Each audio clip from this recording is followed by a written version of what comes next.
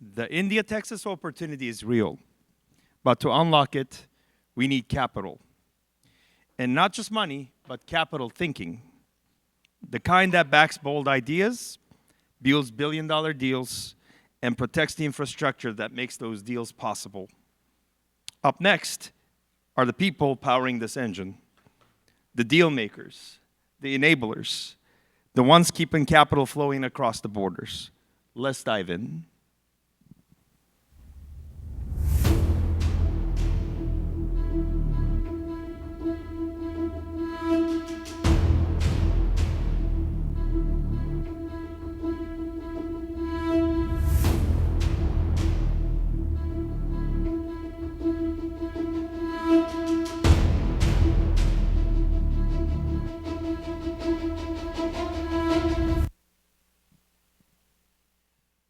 Let us give a rousing welcome to Dr. Jaleh Daie, partner, Aurora Equity, and a Woman in Tech Hall of Famer. Dr. Robert Horton, VP Environmental Affairs and Sustainability, DFW International Airport. Sanjeev Gordhan, General Partners, Type 1 Ventures. Vaibhav Parikh, partner, Nishith Desai Associates. And Aaditya Tangri, Chair, Global Sustainable Action Alliance, to host the conversation.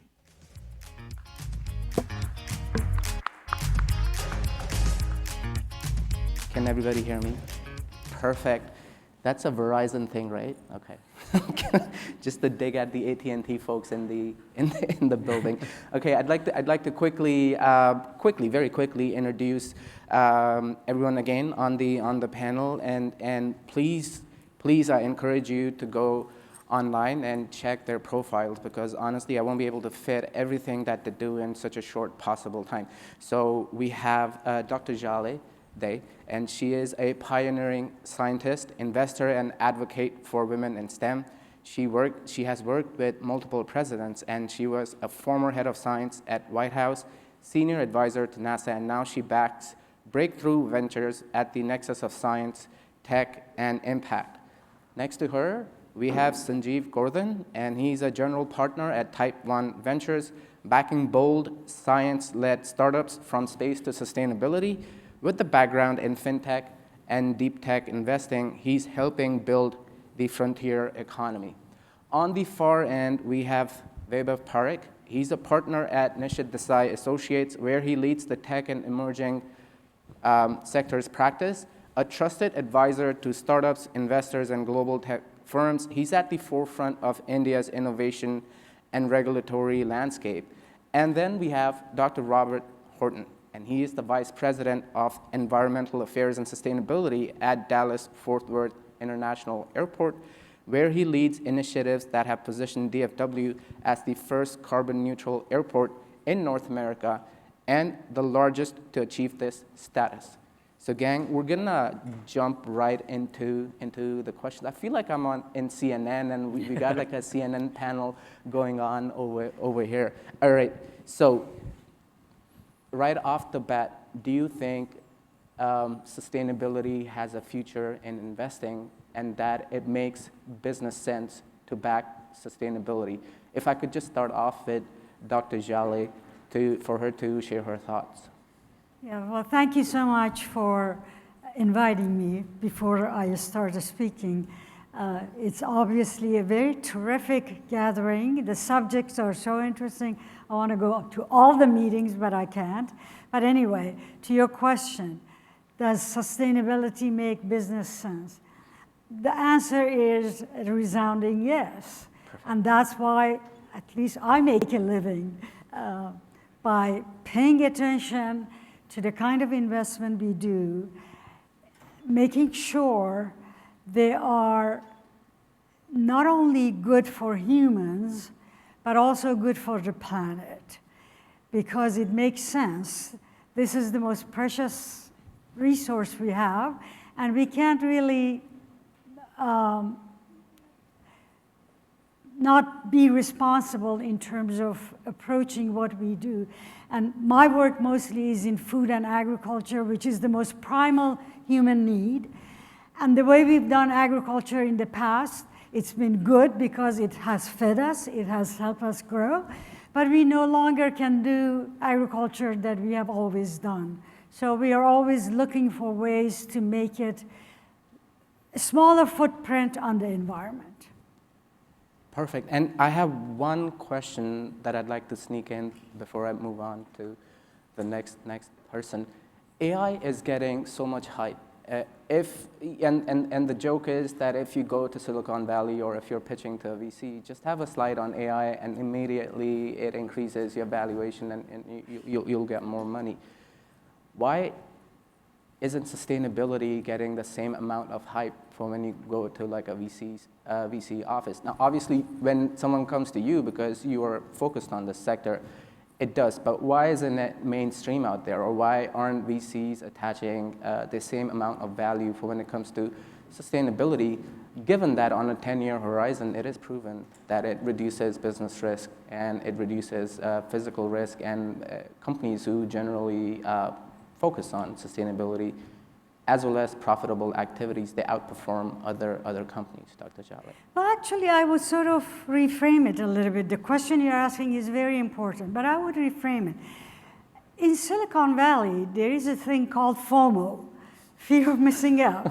So every few years, the new shiny object comes along, okay, and everybody rushes in that. So agriculture, sustainable agriculture, has had its moment. All right. I'll tell you just the quickest statistic, so you know it had its moment, and then I would tie it to AI. So in 2010, let's go back a little bit, the investment in agriculture was called alternative investment.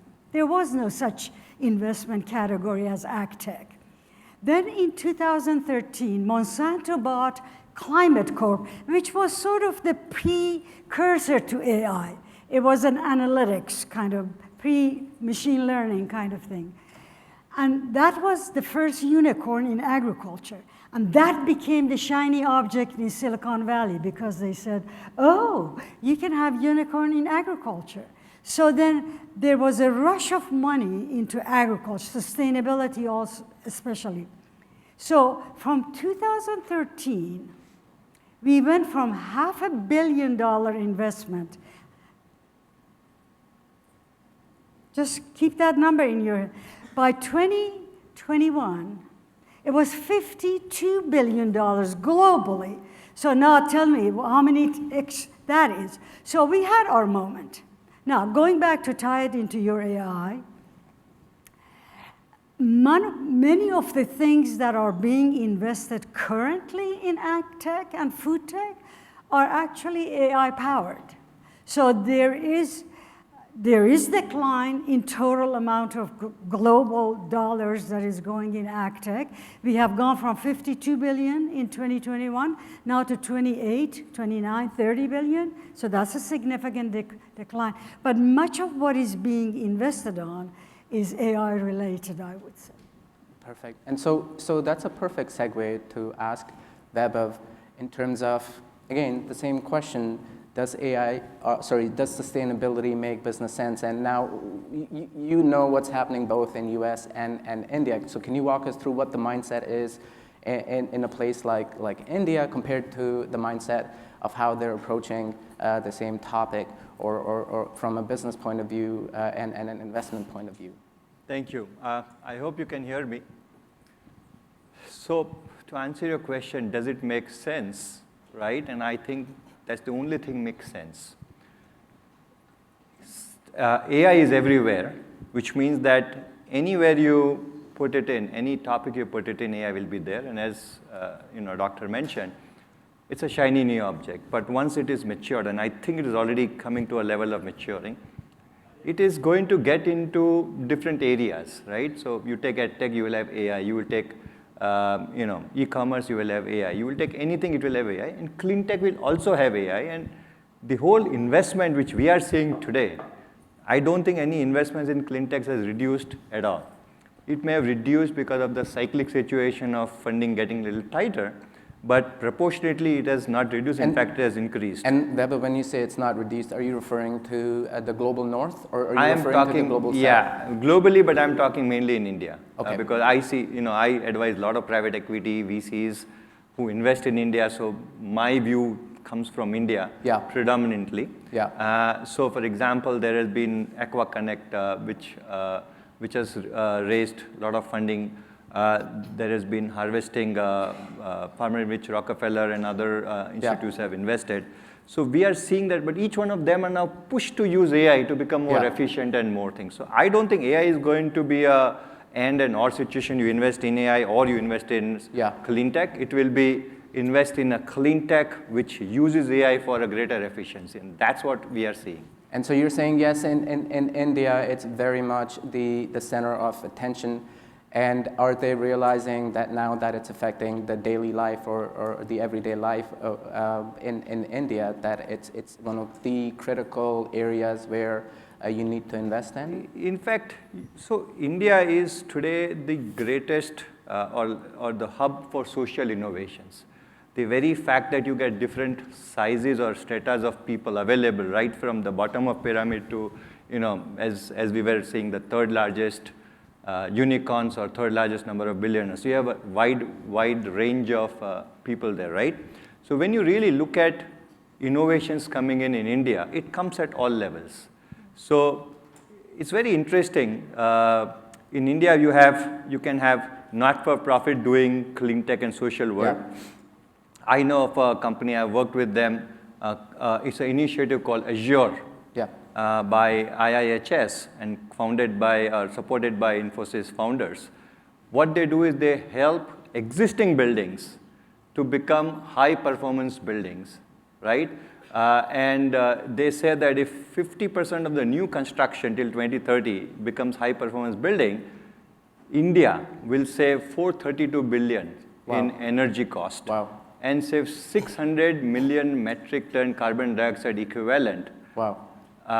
For just converting the existing buildings into high-performance buildings. So it's going to have both a positive effect in the P&L, but also from a sustainability point of view, it would reduce emissions. Just to add one, and very other interesting thing is that it also has a lot of combinations of not-for-profit and for-profit working together. So for example, one of our clients, Harvesting Farmers Network, right?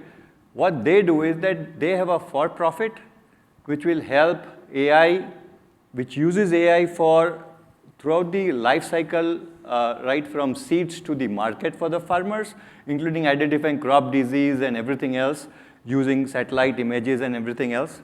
And on the other side, they were not-for-profit, which helps farmers to gather finance and everything else. More education, and bring them. So both, exactly. And then you have for-profit. So there is a client of mine called Chalo Network, which is Chalo Mobility, which has just last year won award from World Economic Forum New Champions on Digital Innovation and Sustainability. What they do is that they make life easier for all the bus transportation. And they are in 66 cities in India. And in one city of Mumbai, where they have BEST, and anybody who has gone grew up in Mumbai would know about BEST because we all would have traveled. In 2 years, they have increased the ridership by 50%, saving 1 metric ton carbon dioxide equivalent in 1 year.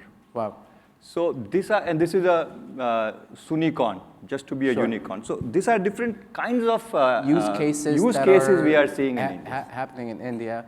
Sanjeev? Yeah, sure. How are you, pal? What do you think about this? I'm going to be slightly controversial, but also I think we're getting to the same point in that, when it comes to sustainability and venture investing, sustainability has to be looked at as a byproduct for that business to be profitable, but to also be sustainable. Because the type of innovation that we're all investing in has to tick those boxes to be able to be something that can get our dollars for investment. Our fiduciary rights are to ensure that we are absolutely returning capital and some to continue attracting that capital into the market. So from that perspective, the way we've always viewed sustainability is, aside from the buzzwords, which absolutely, you guys are right, that it attracts a lot of hype money. So you put that aside and look at what is this business and innovation doing, and how does that then come into the different types of environmental factors. And for us, investing in space, it was typically known as the kind of the no-no of environmental issues because of the pollutants that happen, etc. However, when you think about what the natural environment of space can do for us terrestrially, it's absolutely mind-blowing. And one of the companies we invested in is manufacturing semiconductor material in space. Now, you'd think, actually, hold on, by making it in space, you've got to launch the rocket, all the emissions from that side, etc. Surely that's not a good thing for Earth or environmental factors. However, by doing that, you're actually saving the emissions. Yeah. So for every 1 ton of emissions emitted by SpaceForge, we're saving 80 tons. And that's because the purity of the material that we make in space and the way we use the natural environment of space is way better than what we can do here. And you've got unlimited access to energy over there. Correct, exactly. So it's how we utilize the natural environment of space, which we spend a lot of energy trying to mimic here on Earth. Yeah. But why do we need to do that now when the cost of launch, the way to get to space, has come down drastically?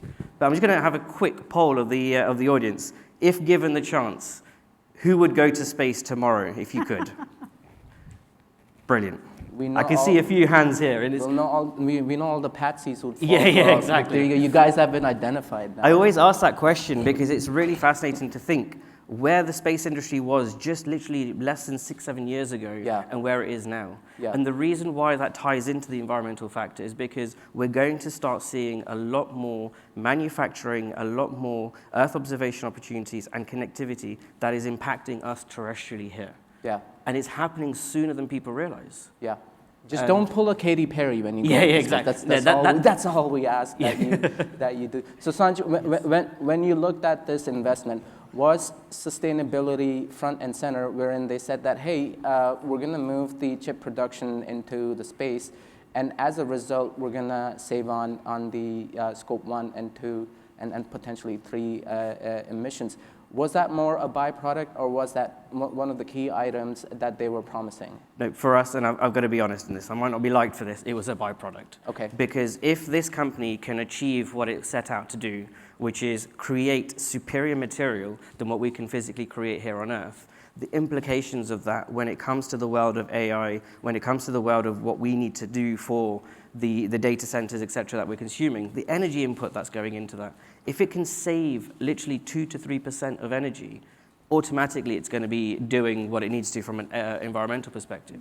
But it was totally a byproduct. Okay, so I'm seeing 2 people who are pure sustainability focused and also sustainability linked, but you are more sustainability linked, that it needs to have a sustainable component, but it's not pure play sustainability that you largely which is fine as long as the outcome is that it is also. If you look through a lot of the businesses that we invest in, they won't be around if they're not sustainable. That's true. So you've always got to have that attitude as well. I really like that. May I quickly course. add Yes, something please do, to please what do. you're saying? Yeah. I think I get where you're going. Yep.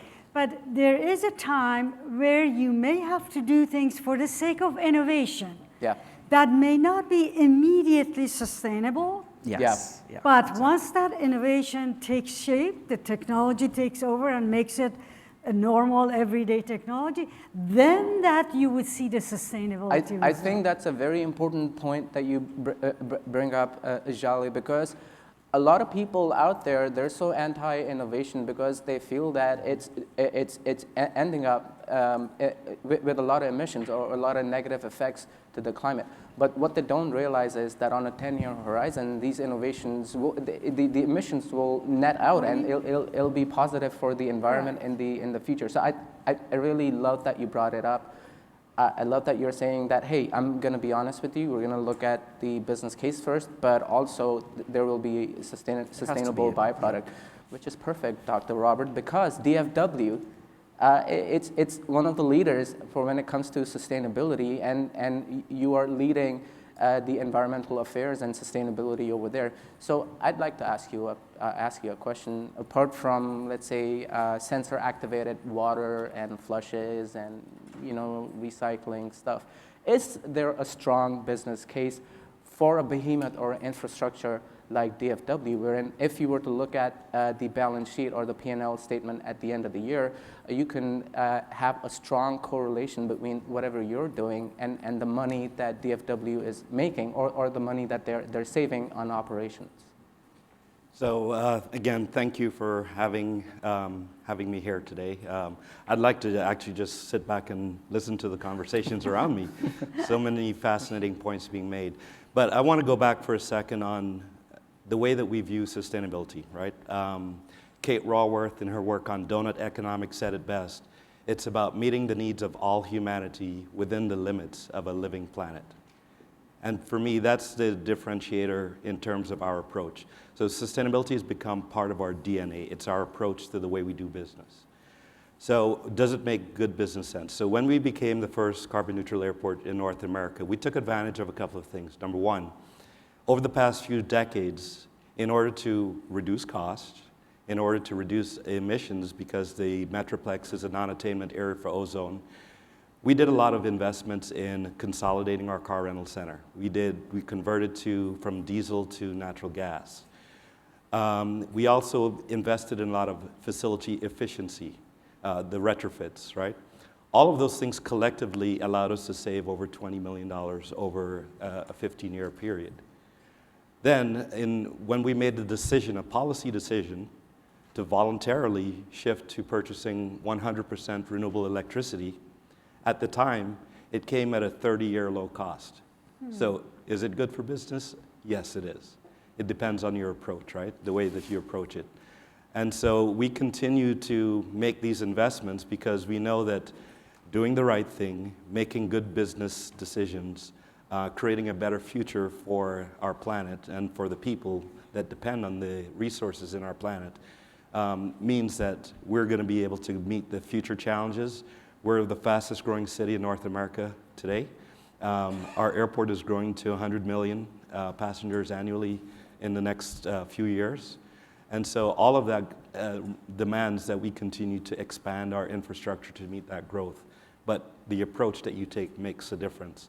If I talk about the investments we've made in clean technology, there are things like dynamic glass. I don't know if all of you are familiar with it, but the original CEO who founded the company that we ended up buying from, View, is from India, and he developed this technology that has electrochromic film on the double pane glass that will tint, just like transition lenses. Wow. Very smart because it does it as the sun is moving, and as the angle changes on the facade, it reduces the amount of solar gain entering the building, which means that you're reducing your loads in terms of cooling. And from a retrofitting point of view, because I'm guessing that this tech is being introduced in a newer building or an existing set of buildings? Both. It's cheaper if you integrate it into a new building because you don't have to add a lot of the additional requirements. You can downsize the scale of your HVAC system. But in retrofits, it's a lot more expensive, which makes it more difficult to integrate. But it still makes business sense. Regardless, it still makes business sense for you to do it. That's perfect. So now, Dr. Robert, are any of the other airports from around the world approaching you saying that, hey, this is something cool that you're doing and we'd like to do that in our airport? Because I'd like to now understand from each and every one of you that how can US or Texas and India work together, and how can they promote the best practices that are happening, and how can VCs or money from US invest in India? So if you could just briefly share if there are any airports out there who are coming up and saying that, hey, this is really cool and we'd like to do that in our own city, and thank you for taking the lead in that. So airports compete in a lot of things, as you can imagine. But sustainability is one of those things that we love to collaborate because it helps to learn from others and what they're going through.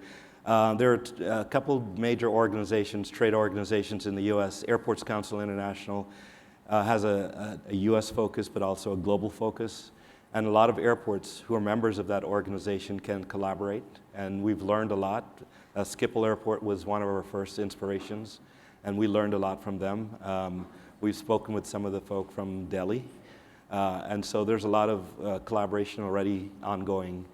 But again, when we talk about what to pay attention to, look at the big problems that people are having today, and then find innovations that can deliver good value. I'll give you an example. If any of you heard of the community in Florida that was net zero community, a hurricane-proof community. Wow. During Hurricane Milton, it survived very well and recovered. Are you sure very you're not quickly. talking about Costa Rica? Because that sounds more like Costa Rica. Yeah. To me. Well, so it's very difficult to get those technologies integrated into complex infrastructure like airports. But finding innovations that can do those and allow it to scale are the ones that are going to succeed the quickest.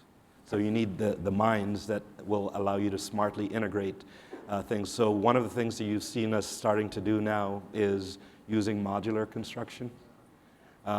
We've did that with Terminal C. And so the actual construction happens offsite, offsite. and then they come in and purely And install then they just it. move it. The same transporters that move the space shuttle, we're using that to move them into Wow. place. Wow. So a lot of So going off what Dr. Robert said, Vaibhav, how can people who wish to support the sustainable focus and the market in India, how can they invest in India? How can they work with India? How can they collaborate with India? Is India ready to receive? Is India ready to partner? And what's the new way of working? Are they purely looking to just import technology, or are they saying that, hey, give us the money and we'd come up with the social innovation locally? So can you briefly just talk about that? So, absolutely. So basically, there is opportunity in everything what you mentioned, right? I'll just give an example. Today, Council General talked about green hydrogen and green ammonia. India has come up with 2.3 billion worth of incentives if you are doing anything on green hydrogen, green ammonia. Geothermal. I have a client in Houston who is actually doing a geothermal projects in India, because India is a great potential for creating renewable, sustainable energy, clean energy, and is going to be largest consumer of energy in next 20 years, right? And we don't have resources. We have used a lot of coals, and we don't have oil or otherwise, right? So this becomes a very important area. So there's a great opportunity in geothermal, great opportunity in green hydrogen, green thing, so renewables. Similarly, when you look at, in fact, all areas, when you look at all sustainable areas, transportation, alternative materials, everywhere India has come up with initiative. For example, in manufacturing, India has committed production link incentive, right? So India is attracting a lot of companies from US who wants to come, set up, explore Indian market. And the companies in US are open to such collaborations. They're actively going. They're actively going there, and they feel that it's a good place to do. Correct. Just to add 10 seconds more, the best way if US companies want to explore Indian market, you can set up either your own subsidiary. It's easy to now set up a subsidiary to develop manufacturing, or to just develop a distribution network. Or if you want to partner with something and do a technology collaboration, you can do that. You can get funding in India also. So if you are saying, okay, I can just create something and try to get co-funding from India, that also is possible. And you can also simply export to India. So all areas, there has been, all avenues, we see a lot of activities. India's ready, and come on, US, what are you doing? Get on it. We're seeing, so as Councillor Manjunath said earlier on, we have seen a direct actual implication of business between Texas and India. So we are going to be seeing astronaut Shashank going up next month.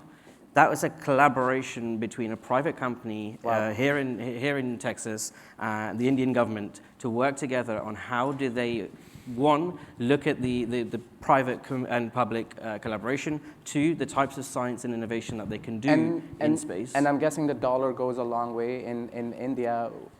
Yes, absolutely. But also it's creating jobs, and it's adding value here in US too. Both sides. Okay. It's creating jobs on both sides, because the types of research that they're going to be doing through that mission is going to allow the pharmaceutical industry within India to be able to enhance the development R&D happening there. Very cool. So the collaboration goes way beyond just it being a one-off It's commercial symbiotic. sales opportunity. You know, it's something that's very organic, and it's not being forced right now. It's just making sense at this point in time. And then you tie. Sorry. Sanjeev, sorry, very quickly. Yes.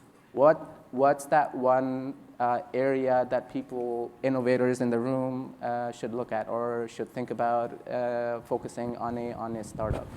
If I was to pinpoint down to one, it'd be in-space manufacturing. Okay. The opportunities there. And that's right that's not biased, because that's what you're investing in. Yeah, I was going to say, it's an area I know quite a bit about, thankfully, at the No, he's not moment. biased. So I was going to say, I'm not sure I can answer that unbiasedly. But in-space manufacturing, when it has the implication not just from us, from the environmental perspective, but a global collaboration. We now have got to a situation which we can launch a payload from the US. Yeah. It can be a UK or an Indian payload, and it can land in Australia. Oh my God. So you've got the collaboration opportunities there, you've got the changing of logistics, and you've got the change in types of materials. That ticks all the boxes we're talking about here. Use space as a test ground, use space as an accelerator to actually develop solutions that are No, good. go beyond that. Go Use beyond space that. as a manufacturing ground. Oh, man. Not just a test ground anymore. The dynamics of the sector has changed so much. Wow. It is cheaper to manufacture in space. That's the first time I'm hearing than this. it is here on Earth. Can we say that this is the first time everyone's hearing this? Have you shared this before? Can this be an EarthX exclusive? The way I phrased it, yeah, we could probably say it's an EarthX exclusive cool. for you. Yeah. Dr. Jaleh, what about you? What are some of the key areas that you'd like more innovation, and areas where you'd be open to investing without giving out your playbook for the rest of the world? It depends where you're talking about. In the US, we have a problem with cost of labor and shortage of labor, skilled labor sets. So right now, I think in the US, one of the things we would like to see happen is to use the power of AI to come up with robotics that would reduce cost of input. One of the big ones is labor. The other one are other inputs like water, fertilizer, pesticides. We want to see that happen.